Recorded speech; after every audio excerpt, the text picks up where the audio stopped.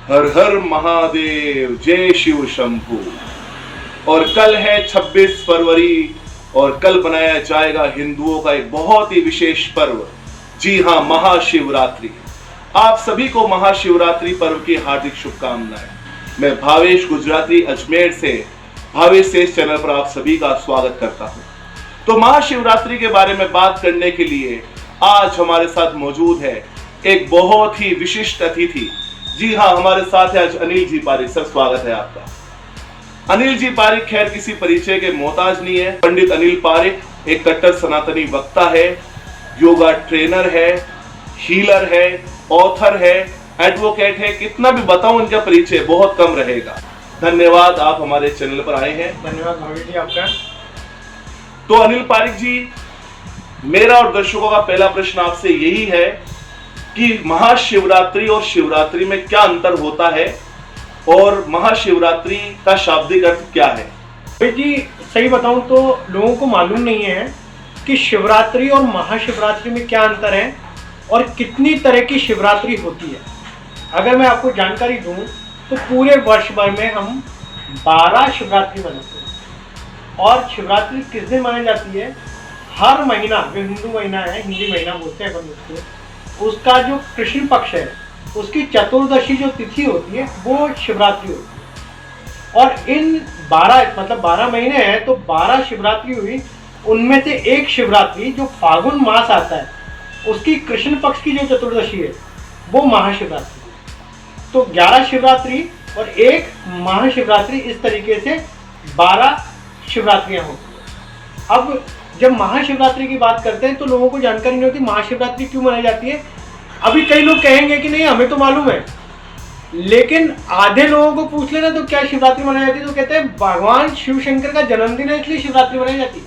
ऐसे लोगों के पास लॉजिक है, जबकि शिवरात्रि भगवान शिव शंकर और माँ पार्वती के विवाह जो है ना की तिथि है, इसलिए महाशिवरात्रि मनाई जाती है।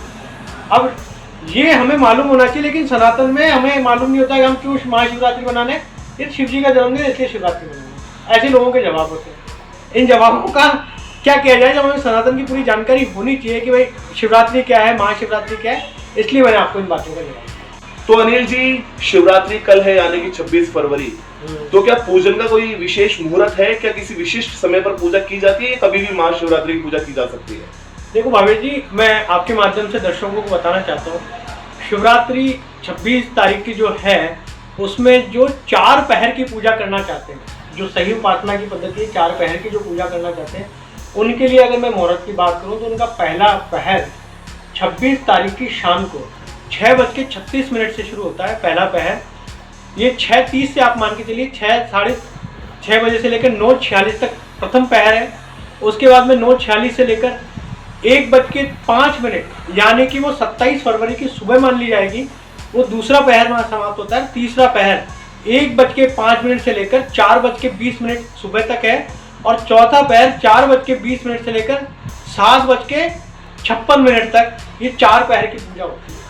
लेकिन अगर हम ये पूजा ना कर पाए तो भी हम लोग प्रथम जो पहर है इसका जो शाम से शुरू होगा उसकी पूजा कर सकते हैं। हालांकि जैसे परिपाटी है उसके हिसाब से कल सुबह से ही लोग शिवलिंग में जाएंगे, जल चढ़ाएंगे, पूजा करेंगे अपने अपने तरीके से। दूसरी बात है, मैं इसको केवल ये बताना चाहता हूँ कि जो शिव उपासना का जो समय है जिसमें हम लोग कुछ सिद्धियाँ बात करें या कोई उपासना करें, उसके लिए 4 पहर की पूजा है। आप चाहें तो पूरे शिवरात्रि, क्योंकि रात्रि है पूरी, और ये चारों पहर जो है ना रात्रि के समय ही है, शाम से शुरू हो रहे हैं, आप उस समय पूजा पाठ कर सकते हैं, मंत्र कर सकते हैं। अगर शिवलिंग में जल चढ़ाने का समय तो आप दिन भर में चढ़ा ही सकते हैं, या शाम का जो समय है प्रथम पहर वाला उसमें आप चढ़ा सकते हैं। तो भाई साहब, एक सवाल मैं आपसे और पूछना चाहता हूँ कि क्या घर में शिवलिंग रखा जा सकता है? और रखा जा सकता है तो इसके कुछ विशेष नियमों का पालन करना होता है? भावेश जी, आपके माध्यम से मैं दर्शकों को बताना चाहता हूँ कि हम घर में शिवलिंग रख सकते हैं, लेकिन उसके कुछ नियम है। अगर हम उन नियमों का ध्यान रखते हुए रखेंगे तो शिवलिंग हमारे घर में रखना हमारे लिए सुखदायक बनेगा। क्या नियम है? एक तो घर में रखा जाने वाला शिवलिंग हमारे दाएं हाथ का अंगूठे का जो पहला ये पोर है, आप देख पा रहे हैं, इससे ज़्यादा बड़ा नहीं होना चाहिए। दूसरी बात है, भगवान शिव शंकर गृहस्थ जीवन में जब हम रख रहे हैं तो अकेले नहीं, माँ पार्वती की मूर्ति या तस्वीर साथ में रखी जानी चाहिए, क्योंकि हम गृहस्थ जीवन में और भगवान शिव की तरह वो भी गृहस्थी है, माँ पार्वती के साथ उनका जीवन बीतता है, तो माँ पार्वती और भगवान शिव शंकर का आशीर्वाद मिलना चाहिए हमें, इसलिए शिवलिंग के साथ में माँ पार्वती की मूर्ति या तस्वीर होना जरूरी है। अब आपको एक बता दूं, शिवलिंग कितने प्रकार के होते हैं, उनके क्या क्या फायदे होते हैं, ये भी आप लोगों के लिए जान लेना जरूरी है। तो दर्शकों, आपकी जानकारी के लिए बता दूं, अगर आपका सामर्थ्य है तो लोग रखने वाले हीरे का शिवलिंग भी रखते हैं। ये आयु वृद्धि के लिए बहुत जबरदस्त होता है इसका प्रभाव। मोतियों का शिवलिंग बीमारियों को नष्ट करने के लिए, घर में किसी भी तरह की बीमारी है उनको नष्ट करने के लिए मोती का शिवलिंग रखा जाता है। जीवन में सुख और शांति पाने के लिए लोग पुखराज जो रत्न है उसका भी शिवलिंग बनवा के रखते हैं। और इच्छाओं की पूर्ति के लिए स्फटिक जो है कांच की तरह दिखता है, उसका शिवलिंग भी बनाया जाता है।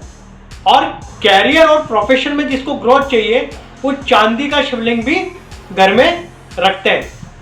इन सब में अगर देखा जाए तो पार्थिव शिवलिंग होता है वो सबसे ज्यादा प्रभावशाली होता है। पार्थिव शिवलिंग का मतलब होता है जो मिट्टी से हम खुद बनाते हैं, वो वाला शिवलिंग मिट्टी से बना हुआ, और ये सबसे ज्यादा प्रभावशाली माना भी जाता है। अगर पार्थिव शिवलिंग संभव ना हो तो हम लोग चांदी, पारा या स्फटिक का शिवलिंग भी बना सकते हैं। कुछ ऐसे उपाय बताए या भगवान भोले शंकर के अभिषेक के कुछ ऐसे खास तरीके बताए जिससे प्रभु की कृपा हम पर और हमारे परिजनों पर सदैव बनी रहे। भावेश जी, सबसे पहले बता दूं, गंगा जल से अभिषेक करना बहुत शुभ होता है। अभी प्रयाग महाकुंभ था, लोग अपने घर में खूब गंगा जल लाए भी हैं, और पूरा देश का बहुत बड़ा हिस्सा जो है वो गंगा के किनारे बसता है, तो गंगा जल से अभिषेक करना बहुत शुभ होता है।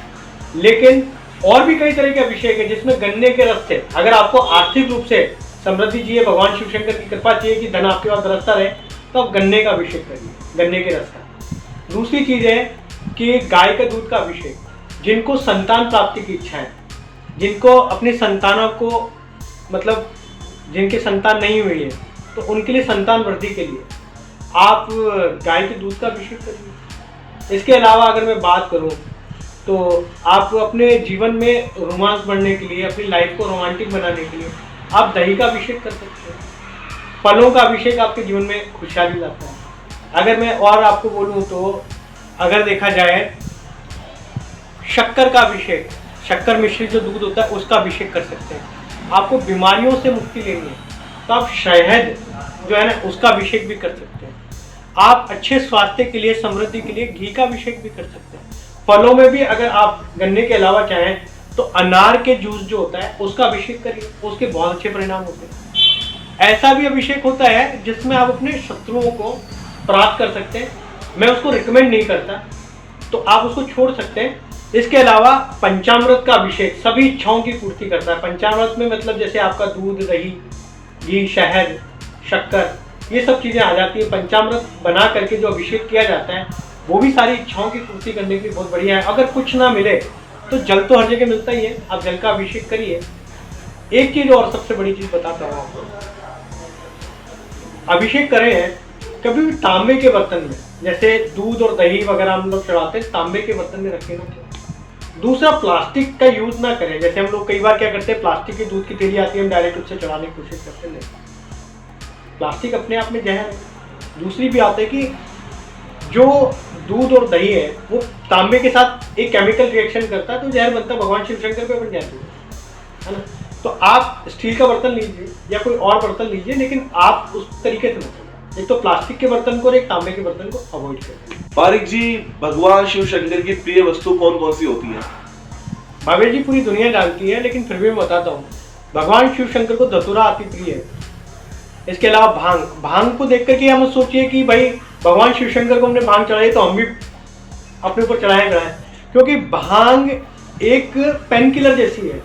भगवान शिव शंकर ने जिस समय देवताओं और दानवों के साथ में जब समुद्र मंथन हुआ, उसमें से जो विष मिला, उस हलाल विष को जब पिया तो उसकी पीड़ा को कम करने के लिए उनको भांग चढ़ाई जाती है। तो जो भगवान शिव शंकर को भांग चढ़ाई जाती है किसी तरह की भांग, वो हमें नहीं लेनी है। तो जीवन में मैं आपको नशा करने के लिए नहीं बोल रहा हूँ। धतूरा उनको प्रिय है, भांग उनको बहुत प्रिय है, इसके अलावा अगर आप देखें बेलपत्र चढ़ाए जाते हैं, और एक आंकड़ा जो सफ़ेद आंख होता है या वो है, उनके फूल वो भी उन भगवान शिव शंकर को अति प्रिय है, तो आप इन चीज़ों को चढ़ा सकते हैं।